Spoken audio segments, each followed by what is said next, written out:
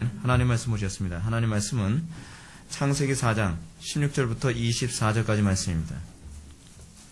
창세기 4장 16절부터 24절까지 말씀, 신약성경 6페이지입니다. 신약성경 6페이지 창세기 4장 16절부터 24절까지 말씀 찾으셨으면 제가 봉독하겠습니다. 가인이 여호와 앞을 떠나서 에덴 동쪽 놋 땅에 거주하더니 아내와 동침함에 그가 임신하여 에녹을 낳은지라. 가인이 성을 쌓고 그의 아들의 이름으로 성을 이름하여 에녹이라 하니라. 에녹이 이랏을 낳고 이랏은 무후야엘을 낳고 무후야엘은 무드사일을 낳고 무드사일은 라멕을 낳았더라. 라멕이 두 아내를 맞이하였으니 하나의 이름은 아다요 하나의 이름은 실라였더라. 아다는 야발을 낳았으니 그는 장막에 거주하며 가축을 치는 자의 조상이 되었고, 그의 아우의 이름은 유발이니 그는 수금과 퉁소를 잡는 모든 자의 조상이 되었으며, 실라는 두발가인을 낳았으니 그는 구리와 쇠로 여러 가지 기구를 만드는 자요, 두발가인의 누이는 나아마였더라. 라멕이 아내들에게 이르되 아다와 실라여 내 목소리를 들으라. 라멕의 아내들이여 내 말을 들으라. 나의 상처로 말미암아 내가 사람을 죽였고 나의 상함으로 말미암아 소년을 죽였도다. 가인을 위하여는 벌이 7배일진데 라멕을 위하여는 벌이 77배이로다 하였더라. 아멘. 이 시간은 창세기 37번째 강의가 되겠습니다. 하나님 앞을 떠난 사람들이라는 제목으로 하나님 말씀 증거하도록 하겠습니다. 하나님 앞을 떠난 사람들. 하나님의 징계 앞에서 사람이 반응하는 두 가지 태도가 있습니다. 하나는 뭐냐면 그 징계에 대하여 우리가 참회하며 자기의 잘못을 인정하며 회개로 반응하는 사람이 있는가 하면, 오히려 정반대로 하나님과 더 멀어지고 하나님을 오히려 대적하고 하나님과 더 심각하게 갈등하는 것입니다. 이건 자녀를 키워봐도 우리는 그런 두 종류의 자녀가 있다는 걸 압니다. 사람들의 반응이 징계에 대해서 어떻게 반응하느냐는 사실은 징계하는 그 주체에 대한 순수성 여부에 대해서 어떻게 반응하느냐와 직결됩니다. 그런데 가인은 후자에 가까웠습니다. 가인은 하나님의 징계를 달갑게 여기지 않았습니다. 하나님께서 징계하시는 것에 관해서 상당한 거부감과 불만이 많았습니다. 그래서 가인은 하나님께 징계를 받으면 받을수록 더욱더 하나님과 멀어지는 관계, 그리고 오히려 행동이 바뀌는 것이 아니라 오히려 행동이 더 어긋나는 관계를 보게 됩니다. 여러분, 우리 주변에는 그런 사람이 있습니다. 징계를 하면 징계를 할수록 그것을 깨닫고 더 교정되어지고 더욱더 경건해져 가는 사람이 있는가 하면, 징계하면 징계할수록 또 멀어지는 그런 유형의 사람들이 있습니다. 가인은 위선적인 예배의 삶을 살았고, 그 결과 자기는 불의하고 아벨은 의롭다는 하나님의 판결이 별로 공정하지 않다라고 생각을 했습니다. 그래서 하나님의 판결에 관해서 가인은 심각하게 불만을 갖고 하나님과 점점 더 멀어지게 되었습니다. 이런 가인이 이제 오늘 본문에서 하나님께 어떤 식으로 반응했는지 이제 구체적으로 오늘 살펴보고자 합니다. 16절 말씀을 보면, 가인이 여호와 앞을 떠나서 에덴 동쪽 놋 땅에 거주하더니 라고 얘기합니다. 가인이 하나님의 징계를 받고 나타난 반응은 그가 하나님과 더 가까워진 것이 아니라 하나님과 더 멀어진 거라 그랬습니다. 그는 여호와 앞을 떠났습니다. 여호와 앞을 떠났다. 여러분, 여호와 앞을 과연 떠날 수가 있을까요? 여호와 하나님은 온 우주에 충만하신데 어떻게 우리가 여호와 앞을 떠날 수 있다라고 얘기할 수 있을까요?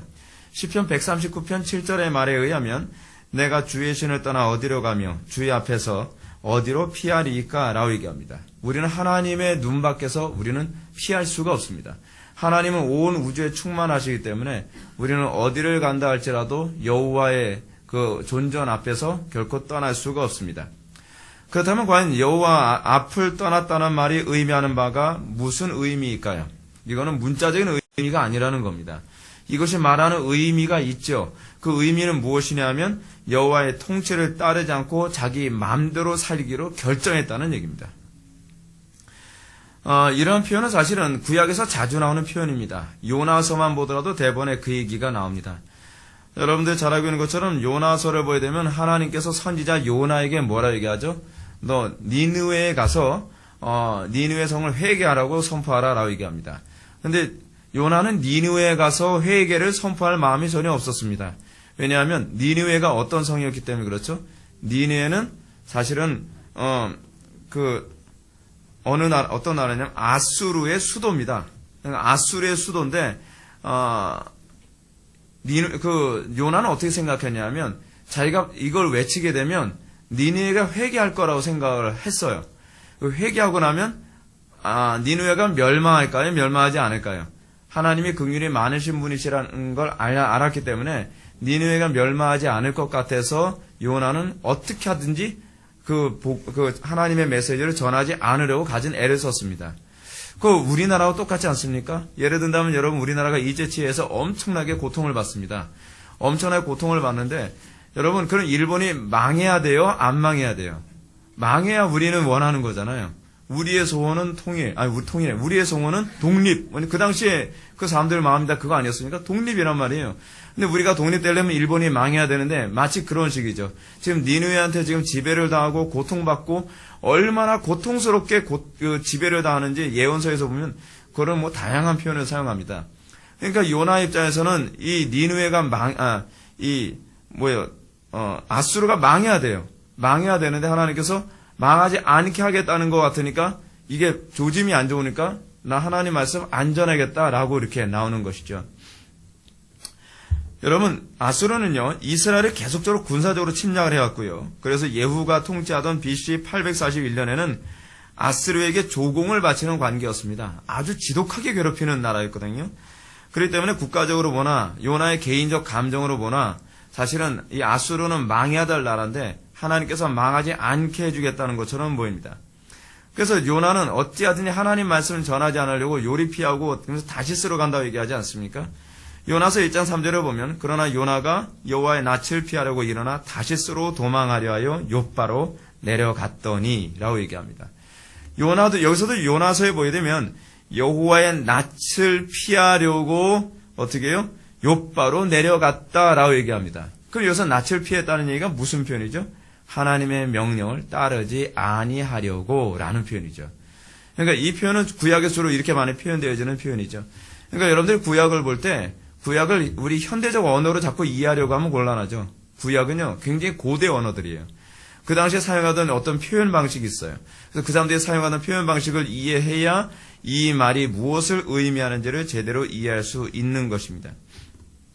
이런 가인의 마인드는 로마서 1장 28절에서는 이런 식으로 표현합니다. 저희가 마음에 하나님 두기를 싫어하며 이 같은 표현이죠. 여호와의 낯을 피했다. 그리고 그 마음에 하나님 두기를 싫어했다. 다 똑같은 표현이에요. 하나님의 통치를 받지 않으려 한다는 것입니다. 그렇습니다. 여호와의 낯을 피했다는 것이나 여호와 앞을 떠났다는 말은 그 마음속에 하나님 두기를 싫어했다는 것이고 하나님의 통치를 받기를 굉장히 싫어했다는 얘기입니다. 그래서 하나님의 뜻이 자기 양심을 자극하는 걸 굉장히 싫어하는 거예요. 그래서 보기는 봐도 보지 않으려고 하고 눈을 감고 듣기는 들어도 듣지 않으려고 귀를 막는 형태가 나타나죠. 하나님을 마음에 두기 싫어하는 것. 근데 이것이 좀 더 구체적으로 뭘 의미하는 것일까요? 이것이 의미하는 이 표현법이 무슨 얘기일까요? 그것은 하나님의 말씀과 하나님의 낯이란 말은 거의 동의어로 사용되고 있는 겁니다. 하나님의 말씀을 안 받아들이겠다는 얘기예요. 하나님의 명령을 안 받아들이겠다는 거죠. 하나님의 말씀을 마음에 두기 싫어한다는 얘기입니다. 제가 성경에서 굉장히 좋아하는 표현이 있다고 그랬죠. 명심, 마음의 새김, 마음의 둠이죠. 사실은요. 여러분 어떤 것을 마음에 두면 끊임없이 어떤 현상이 나타나죠? 자꾸 생각나죠. 그렇죠? 우리가 그것을 마음에 두지 않으면 금방 포맷되죠. 금방 잊어버려진단 말이에요. 우리의 삶 속에서 말씀대로 사라지지 않는 이유, 말씀을 듣기는 많이 들은 것 같은데 그 말씀이 열매를 맺지 않은 이유는 무엇이라고 얘기하냐면 성경은 마음에 새기지 않아서 그렇다고 얘기하고 있어요. 잠언에서도 마음에 새기라는 말이 굉장히 자주 나오거든요. 그러니까 마음에 말씀을 두지 아니하면 그 말씀이 우리의 삶을 변화시키지 않는 것입니다. 근데 오늘날 이 시대 교인들이 바로 그런 모습이죠. 하나님하고 관계가 안 좋으니까 자꾸 하나님의 낯을 피해요. 하나님의 낯을 피한다는 얘기가 무슨 얘기죠? 하나님의 명령 자꾸 듣지 않으려고 하는 겁니다. 하나님을 마음에 두기 싫어해요. 우리가 성경의 말씀, 바른 말씀 좋아하죠. 근데 바른 말씀 뭐 어떨 때만 좋아해요? 내 마음에 들 때만. 이 우리나라 말이 참 재미있는 표현이죠. 마음에 든다는 거예요. 마음속에 들어오는 거예요. 마음에 드는 것만 좋아하는 거예요. 여러분, 우리는 어떤 말씀이 내 마음속에 들어와야만 합니까? 약이 되는 말씀. 하나님께서 우리들에게 주시는 말씀이 그 마음속에 들어와서 그것을 마음에 둬야죠. 예.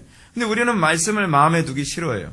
우리는 뭘 마음에 두기 좋아하냐면 내 육신의 욕망과 내가 좋아하는 것만 마음에 두기 좋아한다는 사실입니다.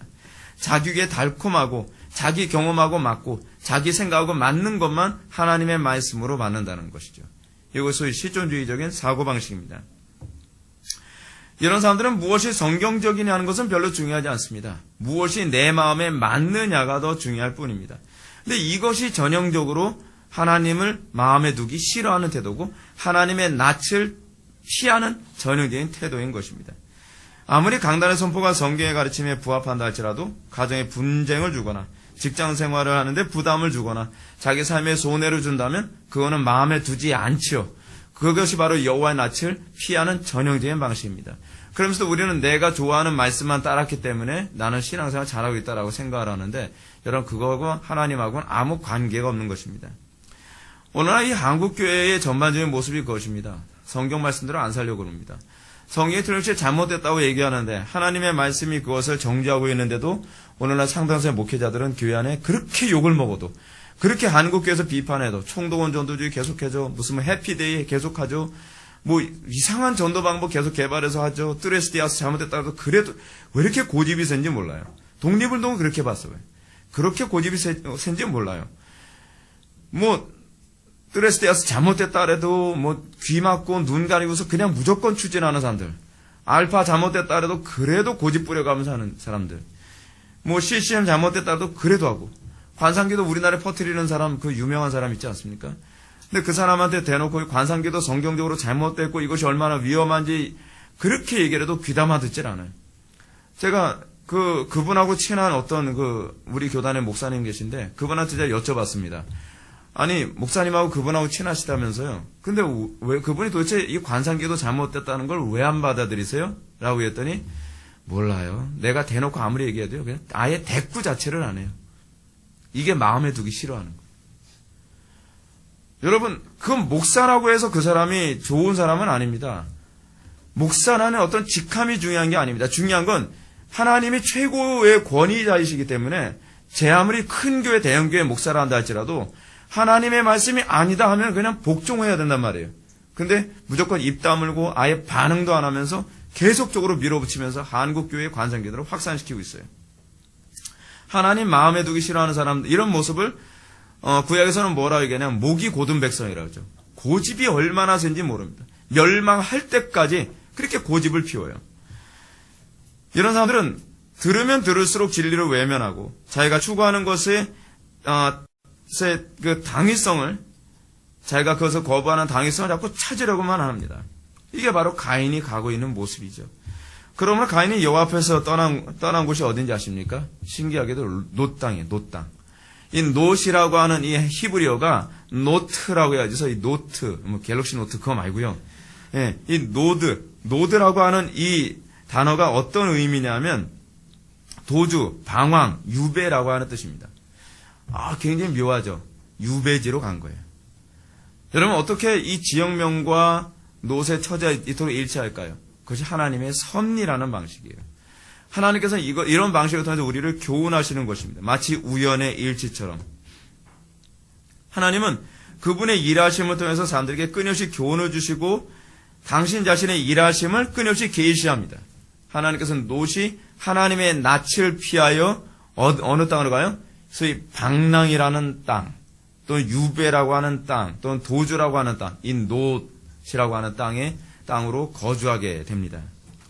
하나님의 낯을 피해서 도망친 사람이 결국 도착하야 되는 것이 뭐라고 얘기하는 거예요? 안식이 아니라는 거예요. 하나님의 낯을 피하여 가게 되는 자의 삶의 결과는 방황이고 유배라는 것을 우리들에게 얘기해주고 있습니다. 모세는 그 당시 위선적인 예배자의 삶을 포기하지 않으면 너희들의 삶이 안식이 아니라 평안이 아니라 안락함이 아니라 방황이요 그리고 유배가 될 것이다라고 이 1차 독자들에게 경고하고 있는 것입니다. 오늘날 이 시대의 교인들에게도 동일하게 적용이 가능합니다. 자신의 편리함과 쾌락과 행복과 만족을 끊임없이 포기하지 않으려고 여호와의 낯을 피하는 사람들이 결국에 도달하게 될 삶의 결과는 무엇이었습니까? 방황이죠. 유리방황이죠. 그렇죠? 결국 그들이 도착하게 될 것은 유배입니다. 하나님의 통치를 거부하기에 끊임없이 하나님의 낯을 피하려는 사람들의 삶의 결국은 결국 이 방황의 땅이 될 것입니다. 아무리 돈을 벌어도 그의 방황은 멈추지 않을 것입니다. 아무리 행복을 추구해도 그의 방황은 멈추지 않을 것입니다. 아무리 성공을 하고 아무리 만족을 추구하려 애를 써도 그의 방황은 멈춰지지 않을 것입니다. 마치 뭐하고 똑같죠? 마약과 같죠. 그렇죠? 아무리 마약을 먹어도 이 방황이 멈춰지는 것이 아니라 방황이 더 심각해질 뿐인 것이죠. 이러한 사실은 교회사나 인류 역사에서 끊임없이 보여줍니다.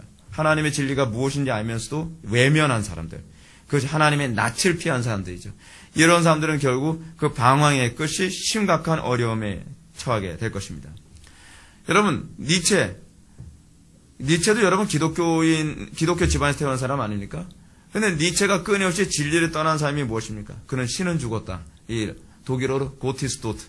신은 죽었다라고 외친 그의 삶의 결과는 미친 거였습니다. 해밍웨이는 결국 자살을 하고 말았습니다. 하나님의 말씀에 귀를 막고 눈을 가림으로 결국 노땅을 향하여 살아가는 인류의 모습은 이렇게 처참한 결과를 맞이하게 될 것입니다. 그러므로 17절부터 24절까지 나열된 가인의 후손들은 이렇게 방황의 삶을 사는 삶의 모습이 어떤 것인지를 아주 구체적으로 보여줍니다. 이 본문이 너무 길기 때문에 제가 구체적으로 다 설명은 안 하지만 먼저 17절 말씀 먼저 한번 보게 되면 17절 말씀 보시겠습니다. 17절 말씀 다 같이 읽겠습니다. 시작.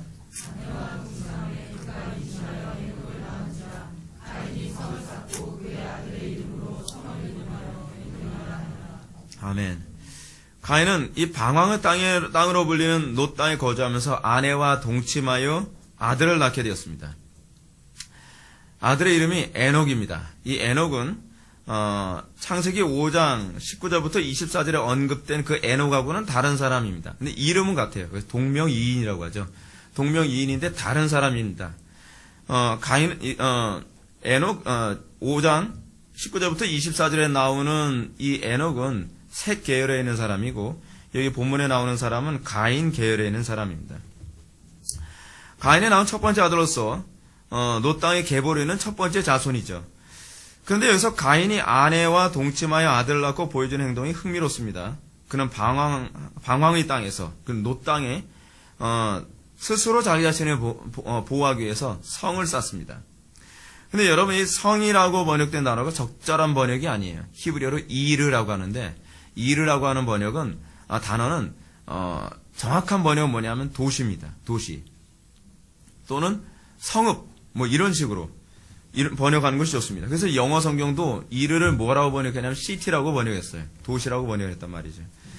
그런데 이 단어가 또다시 창세기 11장에서 등장하는데요. 바벨탑입니다. 바벨탑에서 보게 되면은 거기에 나오는 단어가 있습니다. 많은 사람들이 바벨탑이라고 이제 주로 번역을 하는데 사실은 요새입니다. 그것도 이르라고 되어 있어요. 그래서 우리가 생각하는 것처럼 뭐 둥근 탑을 해가지고 높이 쌓은 것이 아니라 이 바벨 이르는 굉장히 큰 땅으로 하나의 성읍을 쌓은 겁니다. 그래서 그것을 어떤 구약 신학자들은 이것을 요새라고 그렇게 번역하기도 합니다. 그래서 바벨 요새 그렇게 부르는 것이 더 정확하다고 그 사람은 그렇게 주장해요. 근데 이제 단어상으로 보게 되면 바벨 도시 뭐 그렇게 이해를 해도 크게 문제는 없습니다. 근데 창세기 11장에서 바벨 요새는 가인의 성과 같은 용도로 만들어졌습니다. 그러니까 여러분 창세기에서 요새가 만들어니까 성이 만들어질 때마다 항상 이 성을 만드는 이유가 뭐냐면 하나님 없는 자기 보호를 위해서 항상 만드는 거예요. 그 이전에는 성이 없었어요. 성이라는 개념이. 가인이 등장하면서 성이 생깁니다. 그래서 에스겔서에서는 뭐라 했냐면 내가 성곽 없는 요새가 되겠다라고 이스라엘 백성들이 그렇게 얘기합니다. 성곽 없는 요새. 그게 이르예요. 하나님 스스로가 이르가 돼주시겠다는 거예요. 하나님 스스로가 내가 너희들의 보호가 돼주겠다는 얘기입니다. 근데 이들은 이제 더 이상 하나님을 보호로 삼지 않습니다. 하나님을 더 이상 보호로 삼지 않은 그들은 이제 자기 스스로의 안전과 자기 스스로의 보호를 삼아야만 하는 부담을 안게 됩니다. 그래서 그들이 첫 번째로, 이 가인이 첫 번째로 만든 것이 뭐냐면 요새를 만들기 시작합니다. 성을 쌓기 시작합니다. 여러분 창세기 11장에서도 나오는 이 바벨탑 또는 바벨 도시도 성을 쌓은 이유가 뭐냐면, 우리가 나중에 창세기 6장으로 가야 되면 다시 한번 보게 됐지만, 사실은 노아의 홍수 사건이 창세기 6장에 언급되고요. 홍수 사건 이후에 또다시 홍수가 일어날 것을 대비해서 성을 쌓은 겁니다. 그러니까 홍수의 피해로부터 자기 자신을 보호하기 위해 방파제 같은 거를 굉장히 크게 쌓은 거예요. 그게 바로 바벨 이르입니다. 그러니까 끊임없이 하나님의 진노를 자기 스스로 피하고 자기 스스로 보호를 추구하게 만드는 것이 바로 이르예요. 도시죠. 그러니까 도시 문화라는 게 결국 뭐예요?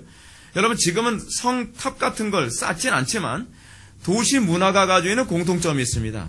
도시 문화의 공통점이 뭐냐면 하나님 없는 안전, 하나님 없는 즐거움, 하나님 없는 행복, 하나님 없는 보호, 하나님 없는 어떤 안락함을 추구하기 위해 살아가는, 그것이 소위 인본주의 공동체 도시의 특징이라는 것입니다.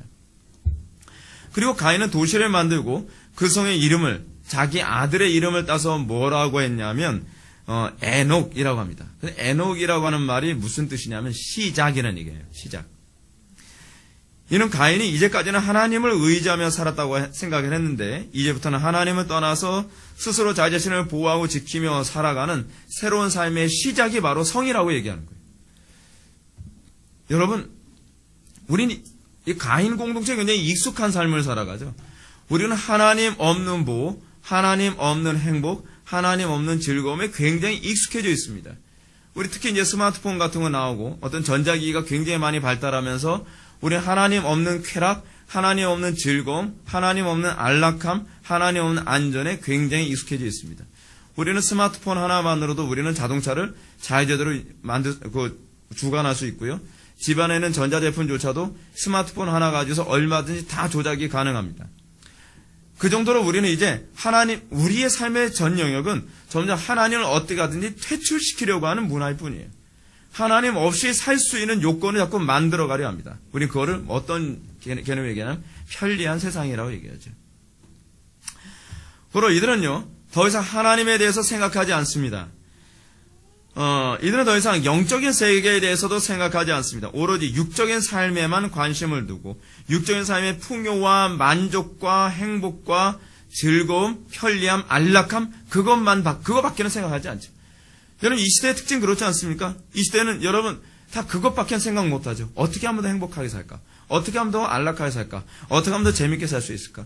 그러니까 맨날 여러분 트위터나 블로그나 그렇지 않으면 페이스북 같은 거에 쭉 올리는 게 뭐예요? 맨날 하나님 없는 행복함, 하나님 없는 안락이죠. 어떻게 하면 더 맛있는 맛집이 있고, 어디 가면 더 얼마나 재미있고, 어디 가면 어떤 놀이동산이 있고, 어디 가면 뭐 희한한 거 볼 수 있고, 온통 그것들로 가득하죠. 이 세상은 하나님 없이 행복하게 살 수 있는 소위 이 파라다이스에 관심을 갖는다는 사실입니다. 근데 이것이 바로 하나님의 낯을 떠난 가인 공동체의 정신이에요. 하나님의 통치를 떠난 가인 공동체의 정신. 어떻게 더 짜릿하게 놀 수 있을까? 어떻게 더 재밌게 놀 수 있을까? 그래서 제가 페이스북을 보게 되면 페이스북에 간혹가다 이런 게 나오죠. 어떤 짜릿하게 즐길 수 있는 방법 중에서 희한한 무슨 높은 데서 막 점프해가지고 막 날아가고 뭐 그런 거 있잖아요. 그런 거 즐기는 것이 요즘 사람들의 유일한 즐거움이에요.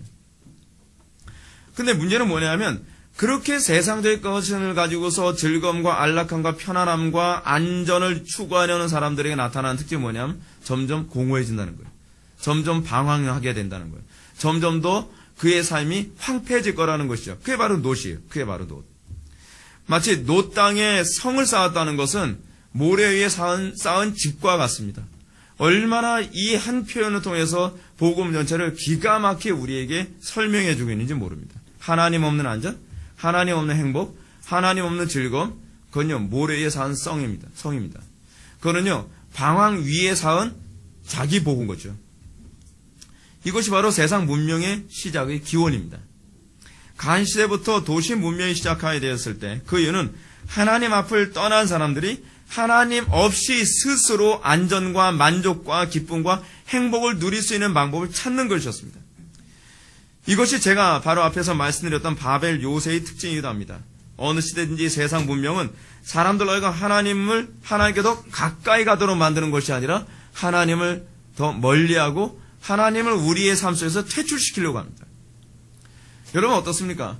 여러분들 육신의 편리대로 살아가면 하나님을 퇴출시키는 쪽으로 갑니까? 아니면 하나님이 더 우리의 삶에 깊숙이 들어오도록 만듭니까? 편리하게 살려면 가정 예배 없어야죠. 얼마나 편리해요. 그렇죠? 우리가 편리하게 살려면 어떻게 해요? 예배 한 번이라도 덜 드려야죠. 우리가 편안하게 살려면 기도 한 번이라도 덜 해야 되죠. 점점 우리의 삶 속에서는 하나님을 퇴출시키고 나의 가정과 나의 삶 속에 하나님 그냥 교회 안에서 그냥 저에게 영향 끼치면 그거로 끝나세요. 왜 굳이 내 가정까지 들어와서 하나님이 우리의 삶을 다스리시고 왜 직장에까지? 그래서 정말 세상 전체 어떻습니까? 직장에서도 성경 공부 없애려고 하죠. 학교에서도 어찌하든지 하나님을 안 가르치려고 하죠. 가정에서도 어찌하든지 하나님에 대해서 듣지 못하게 만들죠. 점점 신앙을 종교라고 하는 이 교회 안에 범주 안에 가다버리고 마는 것이죠. 이게 바로 가인 공동체의 특징이에요. 이것이 바로 저희 도시 문명의 특징이라는 것입니다. 점점점 하나님과 멀어지는 것들로만 가득가득 채워가죠. 여러분들 집안에 아직까지도 TV가 여러분들 집안에서 주인 노릇하고 있습니까? 여러분 TV를 없애십시오. 여러분 그 TV가 여러분들의 시선과 여러분들의 귀와 여러분들의 생각을 장악하지 못하게 만드십시오. 인터넷이 여러분들의 삶을 장악하지 못하도록 하십시오. 어찌하든지 우리의 삶의 모든 영역에서 하나님이 우리를 주관하시고 하나님 우리를 통치하도록 해야만 합니다.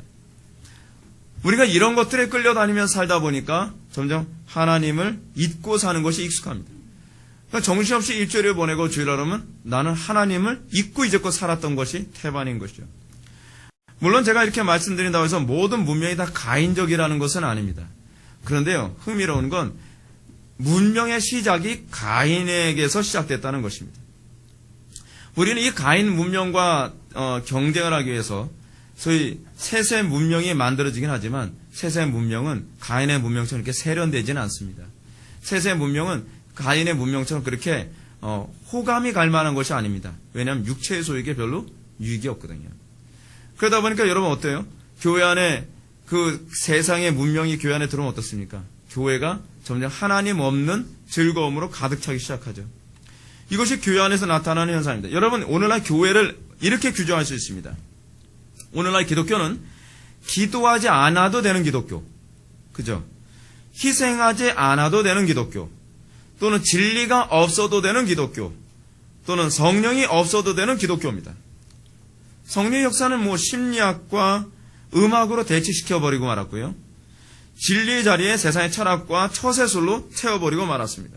희생의 자리를 뭐로 대체했죠? 서비스로 대체해버리고 말았습니다. 교회는 점점 오늘날 교회의 모습은 점점 하나님을 퇴출시키는 것으로 가득 채워져 가고 있어요. 대체 여러분 교회나 성도들의 삶과 가정에서 하나님이 있어야 될 자리는 어디 있습니까? 하나님이 서야 될 자리는 어디 있습니까? 우리는 매 순간순간마다 그냥 우리의 즐거움을 위해서 하루하루를 살아가지 않습니까? 이게 가인 공동체의 특징이에요. 근데 이것에 대해서 죄책감조차도 못 느끼죠. 기독교인이라는 사람들이. 그럼 이렇게 시작된 가인 공동체는 과연 어떤 특징을 가지게 되었나? 18절부터 24절까지 모든 성경 구절을 제가 다 읽을 수 없기 때문에 제가 차근차근 제가 필요한 부분만 읽으면서 제가 설명해 드리겠습니다. 먼저 가인 공동체의 첫 번째 특징을 19절에 이렇게 얘기합니다. 라멕이 두 아내를 취하였으니 하나의 이름은 아다요 하나의 이름은 실라이며 라고 되어 있습니다. 이 구절을 통해서 모세는 가인 공동체가 자기 개인의 만족을 위해서 얼마든지 하나님의 창조 질서를 무시하는 공동체였음을 알 수 있습니다. 여러분 우리는 편리 때문에 하나님의 정한 질서 그거 안중에도 없습니다. 항상 우리의 편리가 우선이죠. 오늘 본문을 보게 되면 라멕이 두 아내를 취하였으니 라고 되어 있는데 히브리어를 직역하면 아주 중요한 부분이 빠졌습니다. 히브리어 로가 빠졌어요. 로. 영어로 따지면 for가 빠진 거예요. 자기를 위하여 라멕이 두 아내를 취하였으니 라고 얘기했어요.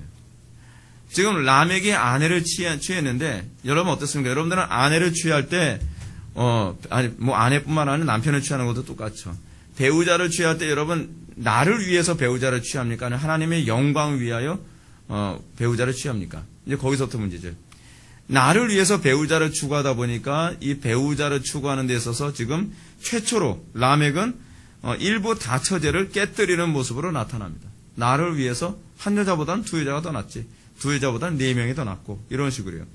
근데 문제는 뭐냐면 이 일부 다처제의 이 문화가 언제까지 합니까? 뭐 다윗 시대도 그렇고요. 계속적으로 이 유대 공동체 안에까지 침투해 들어가서 이게 보편화돼 버리고 맙니다. 여러분들은 성경이 일부 다처제를 마치 허용하고 있는 것처럼 착각을 하는데 구약에서는요, 일부 다처제에 대해서 침묵을 하고 있을 뿐이에요. 죄가 너무 보편화되다 보니까 침묵하고 있는 것 뿐입니다. 근데 신약에 와서는 일부 다처제가 틀렸다는 걸 정확하게 정죄를 하죠. 그러니까 여러분, 교회 안에서도요, 아예 보편화된 죄가 있습니다. 이런 죄가 얼마나 많은지 몰라요.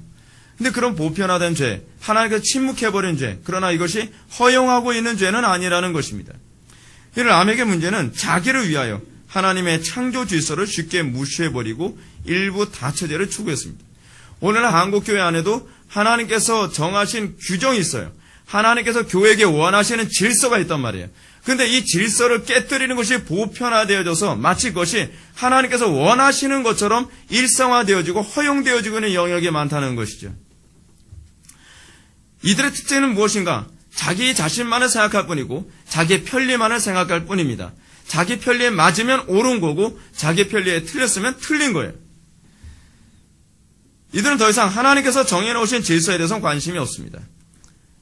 그리고 하나님의 창조 질서를 파괴하는 것에 대해서 어떤 두려움이나 경각심조차도 없습니다. 하나님이 이런 삶을 살 수밖에 없는 이들이 이런 삶을 살 수밖에 없는 것은 이들은 더 이상 여호와 하나님으로부터 구원을 추구하지 않기 때문에 그래요. 이들은 여호와 앞을 떠난 사람들이에요. 이들은 하나님의 통치에 관심이 없어요. 항상 이들의 관심이 뭐냐면 내 만족이고 내 안락함이에요. 내 편리함이에요. 여러분, 편리함에 익숙해지지 마세요, 제발. 그 현실 가지고서 이렇게 살 수밖에 없었다라고 얘기하지 마세요. 우리가 하나님의 백성이라고 여러분들 정말 말한다고 한다면 하나님의 뜻이 무엇이냐를 가지고서 계속적으로 개혁할 생각을 해야지 하나님 현실적으로 어쩔 수 없어요. 이러니까 어쩔 수 없어요. 환경이 이러니까 어쩔 수 없어요. 하나님 앞에서는 여러분 허용이 안 됩니다. 목사 앞에서는 허용이 될 수 있을 수 있어요. 제가 뭐라 그런데서 여러분들이 따라올 것도 아니니까. 근데 분명한 것은 하나님 앞에서는요, 이 부분에 대해서는 변명의 여지가 없다는 사실입니다. 여러분, 이들은요, 자기 스스로 행복과 안전과 구원을 추구해야 했으므로 무엇이 옳고 그른가 보다는 오로지 무엇이 자기에게 만족과 이익을 주느냐 밖에는 관심이 없습니다. 그러므로 이렇게 사는 사람들의 특징이 뭐냐면 하나님께 은혜를 구하지만 사실 은혜를 구하는 건 형식이죠. 실제로는 내 삶은 내 인생은 나의 것이고 나는 내 방식대로 살아요. 나는 하나님 당신의 방법이 아니라 나는 내 방법대로 살아가는 거예요. 필요할 때만 하나님 도와주십시오. 여러분, 성경에서 그랬을 때 뭐라 얘기합니까? 그러면 하나님께서 이렇게 말씀하시죠. 너희 우상에게 기도해봐라. 이제껏 너희들이 너희 우상에게 매달리지 아니하였느냐. 너희들 우상에게 기도해봐라. 너희 우상이 돕나봐라. 우리는 매 순간마다 아쉬우면 하나님 도와주세요. 그리고 편안하면 하나님 난 당신 방식대로 안 삽니다요. 이것이 오늘날 이 시대 교회의 보편화되어 버린 모습. 이게 보편화되다 보니까 죄인지를 몰라요. 죄인지를. 그래서 오늘날 이 시대에 규정하는 전형적인 특징이 있습니다. 이것은 가인 공동체의 흐름을 그대로 따르고 있다는 것입니다. 구별됨이 없죠. 구별됨이. 그렇죠? 아니, 여러분 안 믿는 사람들과 예수 믿는 사람들이 무슨 구별됨이 있습니까? 아쉬우면 세상 방법, 내 방법대로 살아가는데요. 하나님의 방법대로 안 살고. 그건 누군 못해요. 편리할 때마다 하나님의 방법이 아니라 내 방법대로 살고. 자기가 위급하지 않으면 하나님의 방법대로 사는 것 같지만 자기가 손해볼 것 같고 불편하면 내 방법대로 살아가는 거. 그건 신앙이 아니죠. 신앙이 아니에요. 그래서 이 세대는 무엇이 옳은가 보다는 사람들이 원하는 것이 무엇인가. 목회자들도 주로 거기에 많이 맞춰가죠. 사람들이 원하는 게 뭐냐. 교인들이 원하는 것이 뭐냐. 현재 그들에게 이익이 되는 게 무엇이냐. 그런 사람들에게 사람들이 환호하고 좋은 목사님, 거룩한 목사님, 괜찮은 목사님 그러죠. 저는 여러분들이 저한테 좋은 목사라고 얘기 안 해줘도 상관없어요. 전 그거에 관심 없어요. 그러면서 우리는 이렇습니다. 내가 하지 않은 범죄는 정죄하지만 자신이 포함된 죄는 용서해야 되고 포용해야 된다고 생각합니다. 항상 선과 악, 옳고 그름은 자기 편에 따라서 쉽게 바뀔 수 있는 것으로 취급합니다. 이것이 바로 가인 공동체의 특징입니다. 다음으로 가인 공동체의 특징을 20절은 다음과 같이 얘기합니다. 아다는 야발을 낳았으니 그는 장막에 거하여 육축 치는 자의 조상이 되었다라고 얘기합니다. 그래서 아다가 낳은 아들 야발은 육축을 치는 자의 조상이 되었다고 합니다. 육축이라고 번역된 단어 미크네라고 하는 이 단어가 중요합니다. 미크네라고 하는 단어는요, 가축, 소유, 재산으로 번역이 가능한 단어입니다. 그러니까 이렇게 번역도 할 수 있죠. 아다는 야발을 낳았으니 그는 장막에서 거주하여 재산을 증식하는 자가 되었나니 라고 얘기합니다. 근데 그 당시에 재산을 증식하는 방법은 돌아다니는 짐승들을 잡아다 자기 울타리에 가두는 거거든요. 그 이전에는 여러분 아벨 같은 경우는 어떻습니까? 아벨은 가축을 치는데 이 가축하고 여기서 육축하고는 히브리어 자체가 달라요. 그래서 육축은 미크네라고 해서 가둬놓고 기르는 것을 육축이라고 얘기하고요. 이 가축이란 말은 히촌이라고 하는 히브리어를 사용해서 그냥 널려 있는 걸 그냥 돌보는 거예요. 자연스럽게 돌아다니는 걸 지키고 보호하는 거예요. 그러니까 이걸 한글 성경에서는 양이라고 번역을 했는데 사실은 양이라고 번역하면 곤란하고요. 아벨은 양을 치는 사람이 아니라 가축을 치는 사람이에요. 그러니까 짐승들, 하나님께서 창조하신 모든 피조물들을 돌보는 역할을 했다는 것이죠. 저거는 내가 재산에 대해서 저 새끼 낳으면 뭐 증식하고 그런 의미가 전혀 아니라는 겁니다. 다시 말해서 여러분, 짐승을 잡아서 울타리에 가둬놓고 재산화시키는 일을 누가 처음 시작을 했냐면 이 야발이 처음 시작을 한 거예요. 그러면서 이것을 통해 하나님께서 우리에게 주신 것을 관리하는 것이 아니라 이것을 내 재산으로 삼는 사고가 이때서부터 발전하기 시작했다는 겁니다. 재산 증식과 상업적 목적에서 육축을 치는 것. 그죠?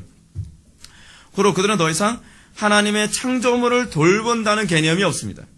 그들은 단지 재산 증식이 목적이고 그 목적을 달성하기 위해 하나님께서 부여해 주신 짐승들을 잡아서 가둬놓는 것입니다. 이런 가인 공동체의 모습이 이 세대의 또 다른 모습으로 나타납니다. 어떤 모습으로 나타나는가? 이 세대의 직업관이에요. 직업관. 이 세대의 직업은 뭡니까? 재산 증식과 만족 아닙니까? 아벨의 직업은 재산 증식이 아니에요. 아벨의 직업은 하나님께 대한 봉사와 이웃에 대한 봉사의 개념이죠. 돌보는 거예요. 하나님 사랑, 이웃 사랑을 실천하는 것이죠. 가인 공동체 직업은 오로지 자기 탐욕을 채우기 위한 것일 뿐이라고 한다면 아벨 공동체의 직업과는 하나님께 사랑을 이것을 확산하는 방식이에요. 그래서 제가 여러분한테 직업관에 관해서 말씀드리지 않습니까? 기독교인들 직업관. 우리는 돈만 많이 주면 무조건 가는 게 아니죠. 그 직장 또는 그 직업이 나로 하여금 하나님을 섬길 수 있게 하는가. 뭐 단편적인 예를 들어서 여러분들 이런 부분도 굉장히 고민을 많이 하는데 많이 해야 되는데요. 제가 알기로는 삼성 같은 회사에 한번 취직하게 되면 신앙생활 거의 불가능하다고 제가 들었습니다. 여러분 그럴 경우는 여러분 어떻게 됩니까? 우리는 거기다 또 명분은 또 기가 막히게 갖다 붙이죠. 거기 삼성에 들어가서 그 머리 똑똑한 사람들 전도해서 예수 믿게 되면 되지. 하나님께 기뻐하지 않으실까요? 근데 문제는 가가지고 자기가 역전도 돼가지고서 불신자가 돼버리고 말아요.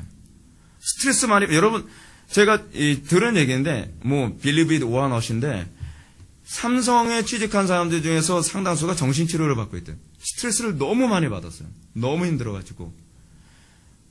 근데 그런 양반들이 가가지고서 이곳에 하나님의 영광을 나타내고, 자기 돈벌이 하는 직장 생활도 주의 성수도 못하는 인간이 그러면서 뭐예요? 거기 하면서 나는 너무 스트레스 받아서 어쩔 수 없이 담배를 배웠다는 둥, 술 배웠다는 둥, 역전도 돼가지고 인생이 더 망가지면서 그래도 나오라면 못 나와요. 못 나와.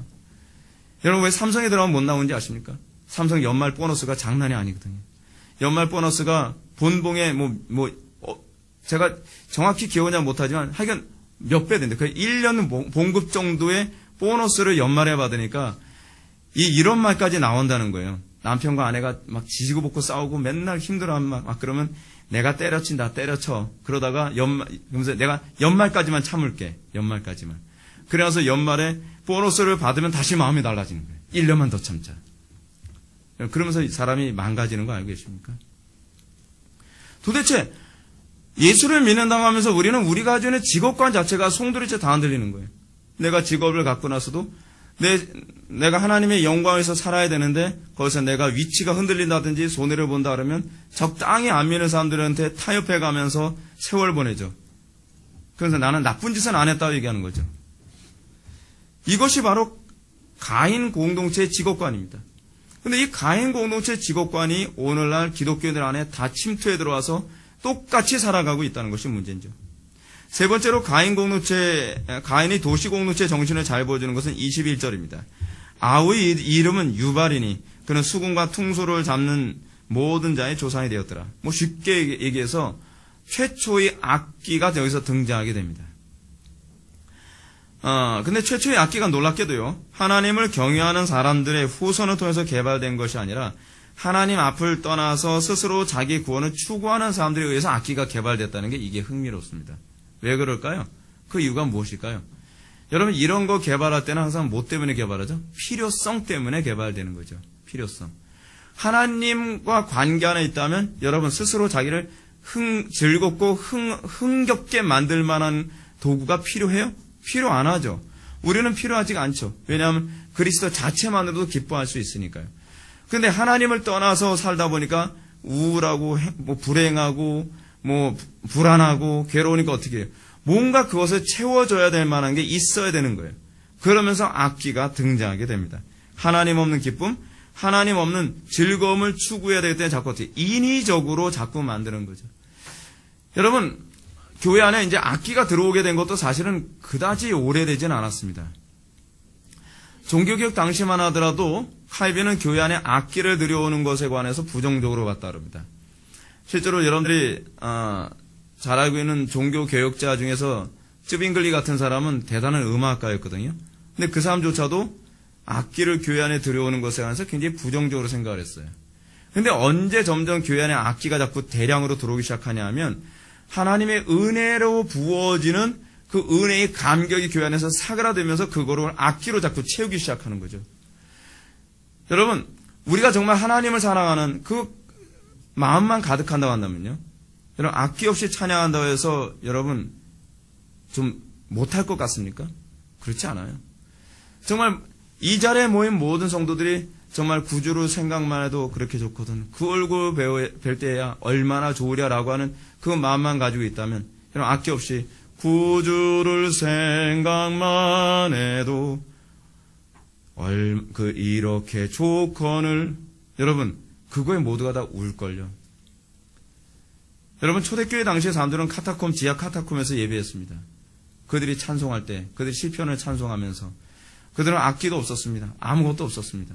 근데 그들은 그 안에 찬양하면서 우리가 악기를 요란하게 두드리며 찬양하는 것보다 훨씬 은혜롭게 예배했습니다.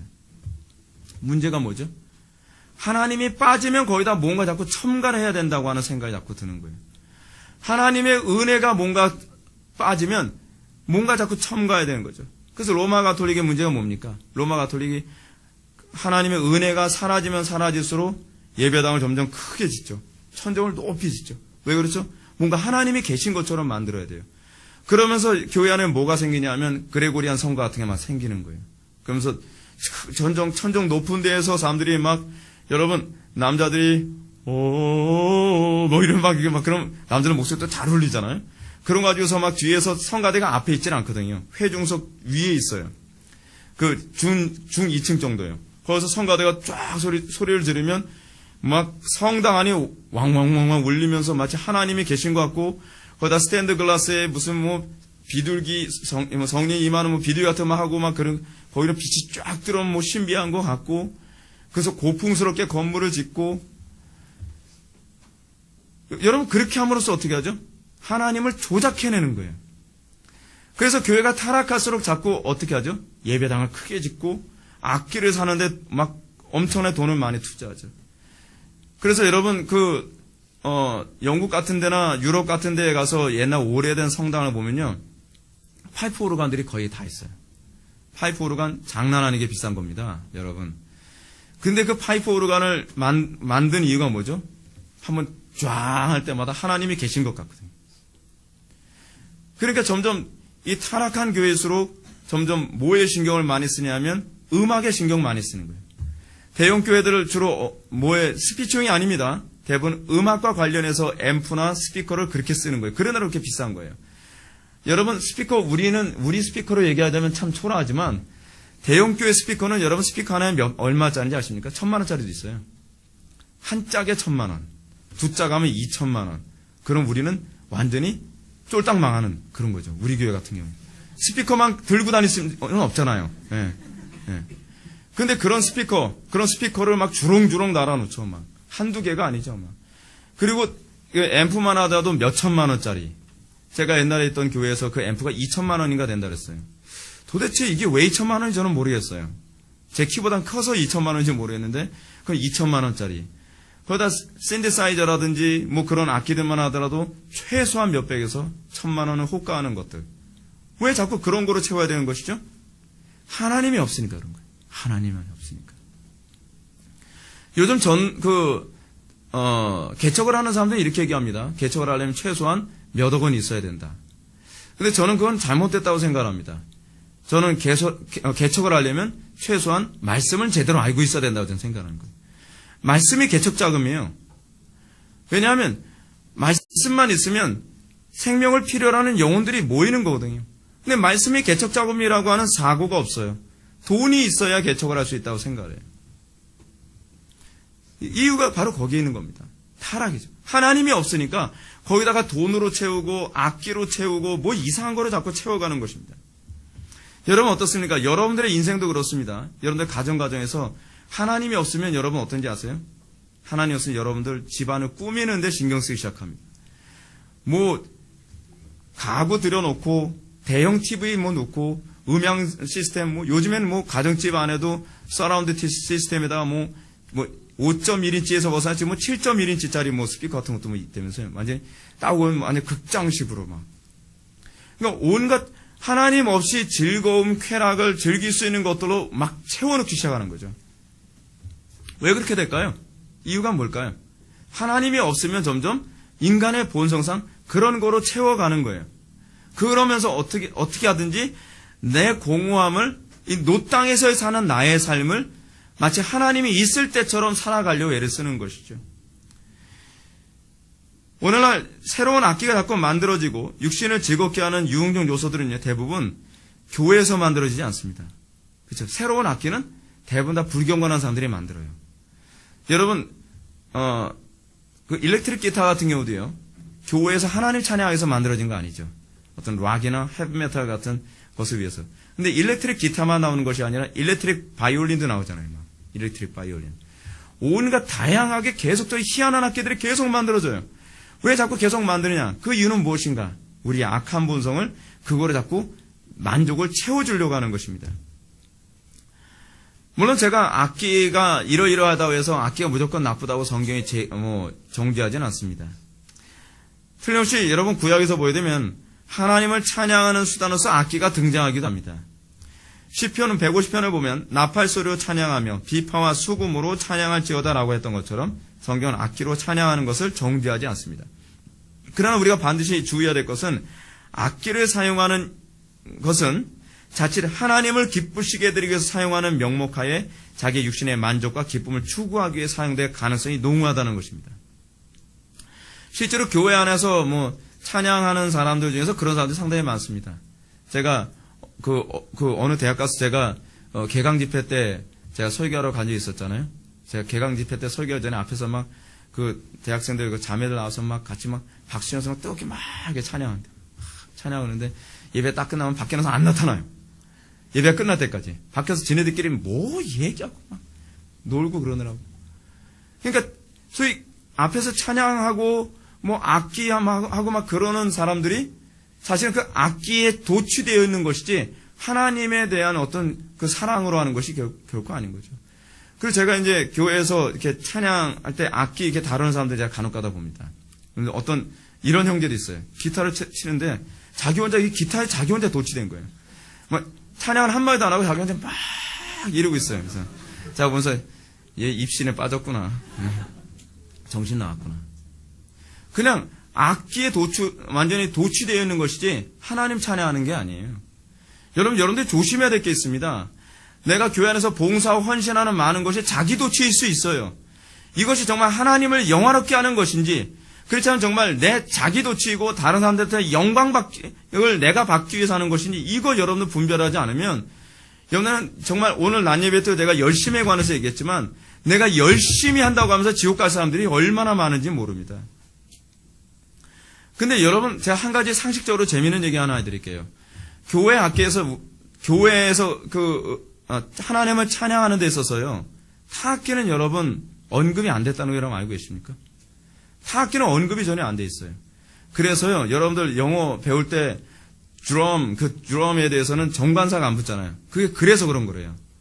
이게 이 영어가 기독교 문화다 보니까 타악기는 원래 이방 종교를 숭배하기 위해서 두들기면서 하던 것들이다 보니까 드럼에 대해서는 정관사가 안 붙는다는 거예요.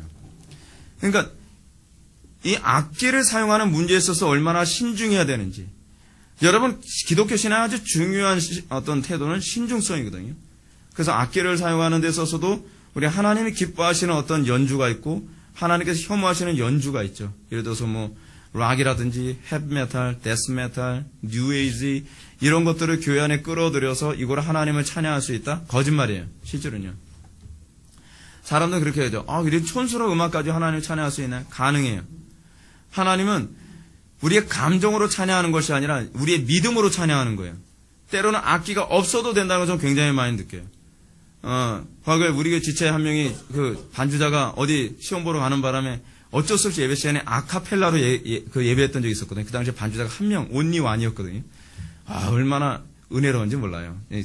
장본인은 좀 이설이 되면 어떨지 모르겠지만, 굉장히 은혜로웠어요. 반주가 있어야만 예배가 되는 게 아니구나. 근데 우리는 마치 반주가 있어야만 예배가 되는 줄로 생각하죠. 그렇지 않습니다, 여러분. 우리는 오히려 하나님을 예배하는데 인위적인 것이 최대한 빠질수록 좋다는 걸 알아야 돼요. 그래서 예배 안에서 유흥적 요소는 최대한 빠져야만 합니다. 교회 안에서 여러분들의 편리와 관계되는 요소는 빠져야만 합니다. 우리는 오로지 하나님만을 예배하기 위해 모인 존재들이지, 내가 여기서 뭔가 이익을 얻고 내가 좀 즐겁고 내가 뭔가 편리를 추구하기 위해서 교회 오는 건 아니거든요.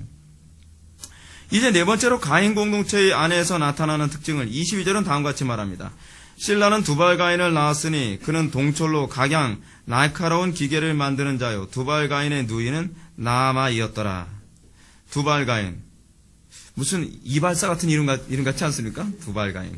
근데 그하고 아무 상관없어요. 두발 가인은 동철로 각종 날카로운 기계를 만들었다. 우리 개역개정에서는 뭐라고 번역했죠? 22절. 예. 여러 가지 기구를 만드는 자요. 그렇게 되어 있죠. 근데 먼저 여기서 동철이란 말은 히브리어로요. 느호세트라고 합니다. 느호세트. 느호세트는 동과 철이라는 말이 아니라 구리와 청동의 합금이라는 얘기예요. 그러니까 구리 그 자체를 말하기도 합니다. 즉 두발 가인은 최초의 금속을 가지고 기구를 만드는 대장자가 되는데, 문제는 뭐냐면 이 번역을 좀 부드럽게 하기 위해서 여기서 이런 말을 했죠. 여러 가지 기구를 만드는 자요. 근데 여기서 원래 직역을 하면 날카롭게 만드는 자요. 기구라는 단어가 없어요. 원래는요. 히브리어 자체에서. 그렇다면 금속을 가지고 날카롭게 만들었다는 목적이 어디에 있었을까요? 어떤 사람이 이거 자꾸 오버해가지고 전쟁 무기 만들었다. 근데 근거가 없어요. 전쟁 무기는 여러분 날카로워야만 전쟁 무기 되는 거 아니죠. 그렇죠. 예를 들어서 농사할 때도 날카로운 게 필요하잖아요. 뭘 조각할 때도 날카로운 게 필요하죠. 그냥 일반적으로 우리가 오버하지 않고 해석을 하려면 그냥 자기의 이익을 위해서 날카로운 도구를 그냥 만드는 사람이에요. 날카롭게 만드는 사람. 그러나 우리가 예측할 수 있는 게 그러죠. 하나님 없이 성을 쌓고 스스로의 구원을 위해서 살아가기 위한 행동 정도로만 이해하면 될 거라고 생각을 합니다. 즉 인간의 문명의 발달의 원인이 대부분 자기 스스로 구원을 추구하고 하나님 없는 안전, 하나님 없는 행복, 하나님 없는 즐거움을 위해서 뭔가 자꾸 일을 만드는 것이죠. 여러분 어떻습니까? 여러분들 하루하루 생활하면서 새로운 일을 만드는데 어떤 목적에서 새로운 일을 만듭니까? 하나님의 영광을 위해서 눈만 딱 뜨면 어떤 분 그런 얘기 하시더라고요. 자기가 처음에 딱 은혜를 받으니까 눈만 딱 뜨면 어떻게 하면 하나님을 기쁘시게 해드릴까? 어떻게 하면 하나님을 영화롭게 해드릴까? 그 생각만 시작되더라는 거예요. 하루의 일과와 스케줄이 항상 그렇게 살아가는 거예요. 근데 우리는 아침에 눈을 딱 뜨면 어떻게 해야 재밌게 살까? 어떻게 하면 오늘 편하게 살까? 어떻게 하면 내가 즐겁게 살 것인가? 그걸 하루 스케줄을 다 생각을 해버리고 거기서 하나님이 최대한 빠져야 되는 거예요. 문제가 심각한 거죠.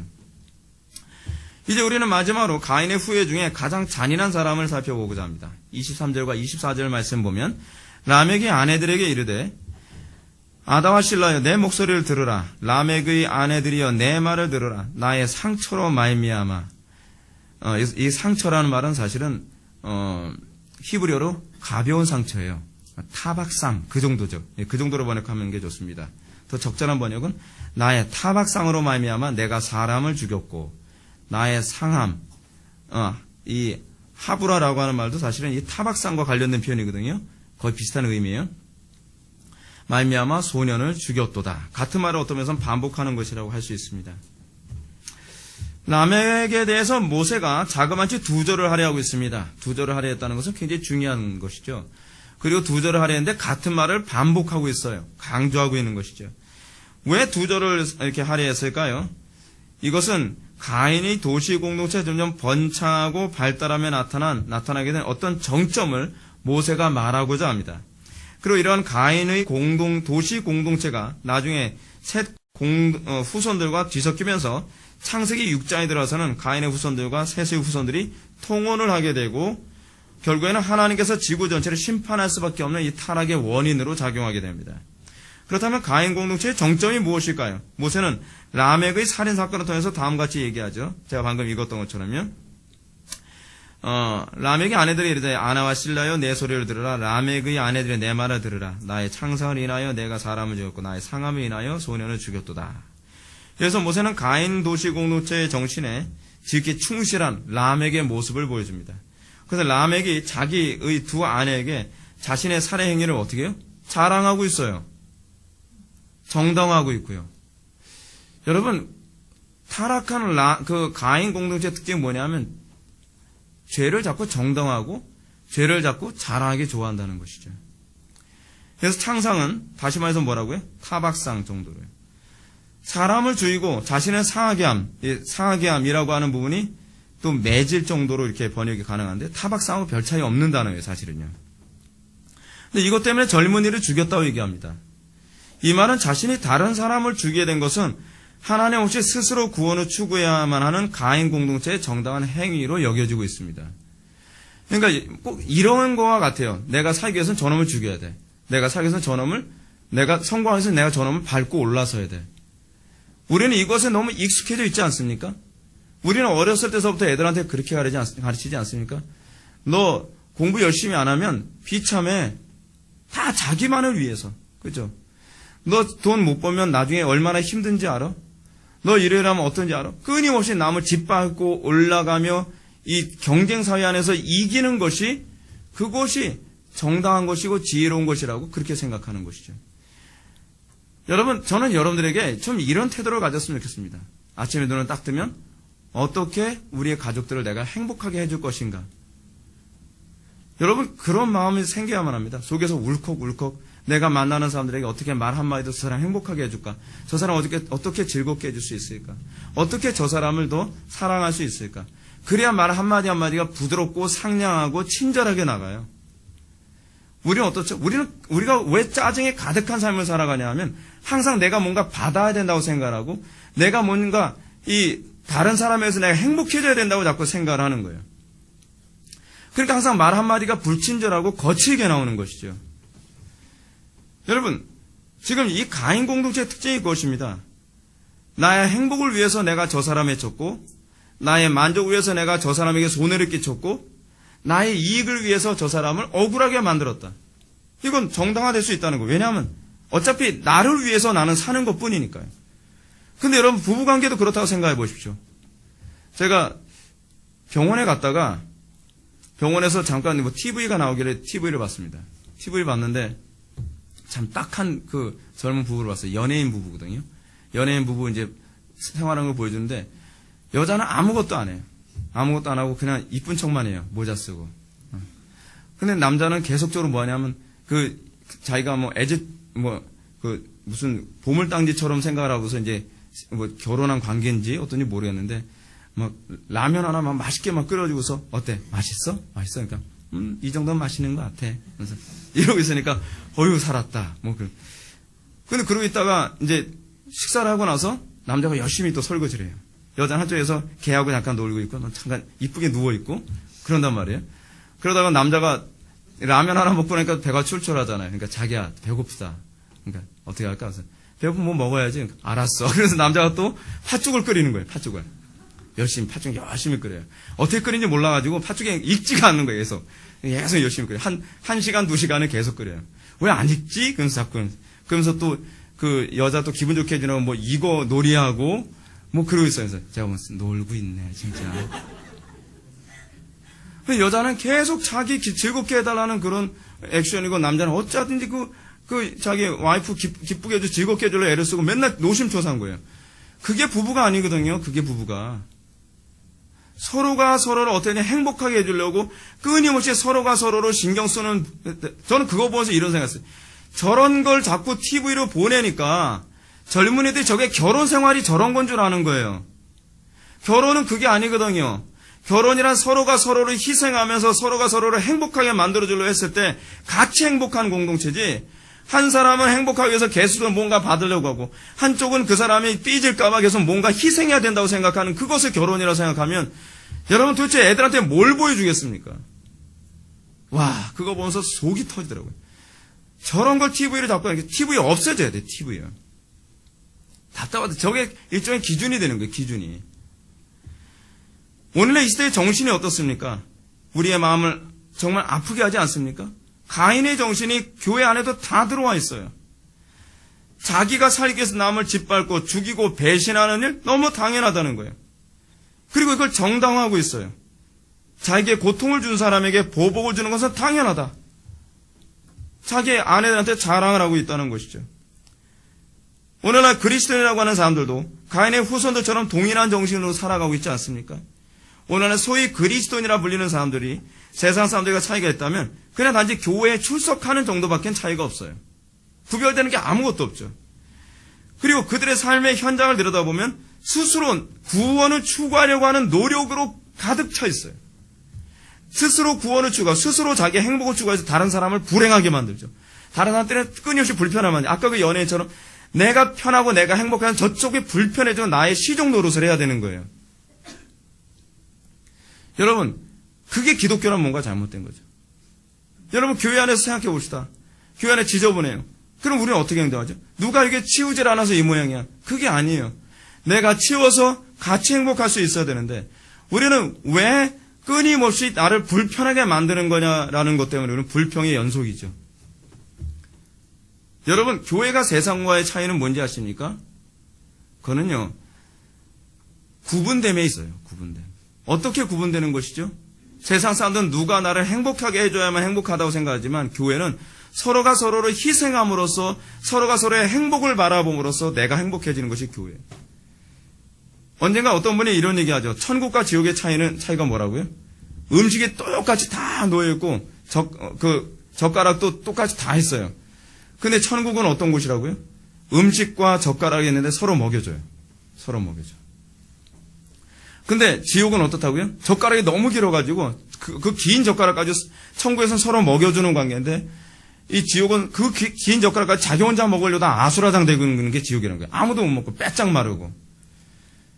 여러분, 굉장히 적절한 표현 아닙니까? 여러분, 세상과 교회가 여러분 물리적으로 뭐가 다른 게 있습니까? 딱 같은 공동체, 같은 어떤 그 물리적인 공간 안에 살고 있지 않습니까? 근데 서로가 서로를 배려해주고 서로가 서로를 뭐가 저 사람 불편할까? 뭐가 저 사람에게 어떻게 해야 저 사람으로 하여금 행복하게 할까라고 하는 그런 공동체가 됐을 때 천국이 되는 것이지, 계속 들어와 공동체 안에서 뭔가 나를 행복하게 하지 않으면 지옥이라고 생각한다면 그 사람 사실 어디 가든지 지옥이죠. 어디 가든지요. 오늘 이 자리에 모인 여러분들에게 진지하게 질문을 던지고 싶습니다. 여러분들 과연 무엇이 여러분들의 안전과 보호와 행복과 구원을 가져다 준다고 믿습니까? 우리는 오직 예수라는 말을 할 수 있어야만 합니다. 예수 그리스도 안에 들어갔을 때 예수 그리스도만이 나의 산성이요 요새요 방패라고 고백하며 우리는 결코 돈이나 성공이나 좋은 대학 안에 행복이 나의 성 노릇하지 않는다고 믿어야만 합니다. 우리는 내가 행복하기 위해서 주변 것이 점점 더 많이 필요합니까? 더 많은 돈이 필요하고 더 많은 무엇인가가 필요합니까? 아니면 내가 행복하기 위해 내가 다른 사람을 행복하게 해야 된다고 생각을 합니까? 제가 교회 애들하고 굉장히 친한 이유가 있습니다. 저는 교회 애들하고 있으면요, 제가 항상 제가 주일학교 맡았을 때도 그렇고, 중고등부 맡았을 때도 그렇고, 청년부를 맡았을 때도 그렇고, 여러분들 저하고 얘기 나누다 보면 한 가지 느끼는 게 하나 있죠. 제가 항상 얘기거리가 많죠. 얘기거리가 많은 이유가 뭔지 아세요? 저는 여러분들을 만나면 어떤 얘기를 해줘야 행복할까라는 그 생각이 가득해요. 애들하고 만나면 애들하고 얼굴 딱 보면서 뭘 해줘야 얘네들이 행복해할까? 집에 가면 애들하고 있으면서 그런 생각합니다. 얘들 방학 때 그냥 아무 생각 없이 앉아서 있으면 얘네들 어떻게 하면 행복하게 해줄 수 있을까? 자꾸 머릿속에 그 생각해요. 그래서 애들 데리고서 어디 가자. 그러면서 애들한테 새로운 세계도 보여주고 같이 얘기도 하고 자꾸 재밌게 해주고 싶고 행복하게 해주고 싶은 거예요. 근데 그렇게 하면서 제가 얼마나 행복한지 몰라요. 저는 여러분들 마음속에도 그런 부분이 저보다 훨씬 더 이게 많았으면 좋겠습니다. 만나는 모든 사람들, 내 배우자, 자녀들, 그리고 교회 교우들 만나면 어떻게 저 사람을 행복하게 해줄까? 어떻게 하면 저 사람을 더 마음을 밝게 만들어줄까? 그렇다고 한다면 여러분 교회가 천국이 되지 않겠습니까? 여러분들 가정이 천국이 되지 않겠습니까? 여러분들 직장이 천국이 되지 않겠습니까? 여러분들이 어디에 가든지 여러분들이 가는 곳마다 여러분들을 환영해 주지 않겠습니까? 근데 여러분들이 가는 곳마다 짜증을 내고 여러분들이 가는 곳마다 왜 저 사람은 나한테 이걸 안 해줘? 왜 저 사람은 나에게 이런 부분에 혜택을 안 주나? 그것 때문에 맨날 여러분들이 불평과 원망을 한다면 여러분들이 과연 가인 공동체 사람들하고 무슨 차이가 있을까요? 사랑하는 성도 여러분,